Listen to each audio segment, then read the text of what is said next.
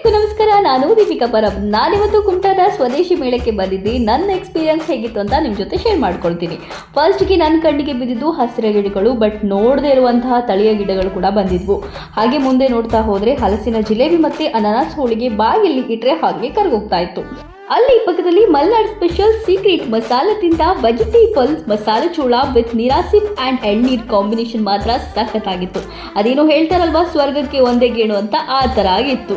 ಹಾಗೆ ನನ್ನ ಕಣ್ಣಿಗೆ ಕಂಡಂತಹ ಬಾಯಲ್ಲಿ ನೀರು ತಂದಂತಹ ಮಾವಿನಕಾಯಿ ಉಪ್ಪಿನಕಾಯಿ ಇತ್ತು. ಅಬ್ಬಬ್ಬಾ, ಸ್ಮೆಲ್ ಆ್ಯಂಡ್ ಟೇಸ್ಟ್ ಅಂತೂ ಸಖತ್ತಾಗಿತ್ತು. ಏನು ಕೇಳ್ತೀರಾ, ನಾನಲ್ಲಿ ಮಾವಿನಕಾಯಿ ಉಪ್ಪಿನಕಾಯಿನ ಪರ್ಚೇಸ್ ಮಾಡಿಕೊಂಡೆ. ಇನ್ನು ಲೇಡೀಸ್ ಸೆಕ್ಷನ್ಗೆ ಬಂದರೆ ಸಖತ್ತಾಗಿರುವಂತಹ ಎಳ್ಕಲ್ ಸ್ಯಾರಿ, ಚೂಡಿದಾರ್, ಕ್ರಾಪ್ ಟಾಪ್, ಚಿಕ್ಕ ಮಕ್ಕಳ ಡ್ರೆಸ್ ಅಂತೂ ಕೂಡ ಹಾಕೋಕ್ಕಾಗಲ್ಲ.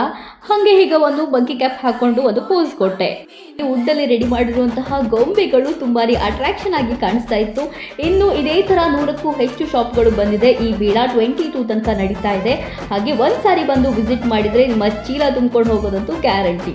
ಅದರ ಜೊತೆಗೆ ನಮ್ಮ ಕುಮಟಾದ ಆಭರಣ ಜ್ಯುವೆಲರಿ ಕಡೆಯಿಂದ ಡೈಲಿ 3 ಬೆಳ್ಳಿ ಕಾಯಿನ್ 5 ಜನರಿಗೆ ಗಿಫ್ಟ್ ವೋಚರ್ ಪ್ರತಿದಿನ ಡ್ರಾ ನಡೆಯುತ್ತೆ. ಫಸ್ಟ್ ಡೇ ಡ್ರಾ ನಾನು ಮತ್ತೆ ನನ್ನ ಫ್ರೆಂಡ್ ಸುಬ್ಬು ಹೊನ್ನಾವರ್ ಮಾಡಿದ್ವಿ.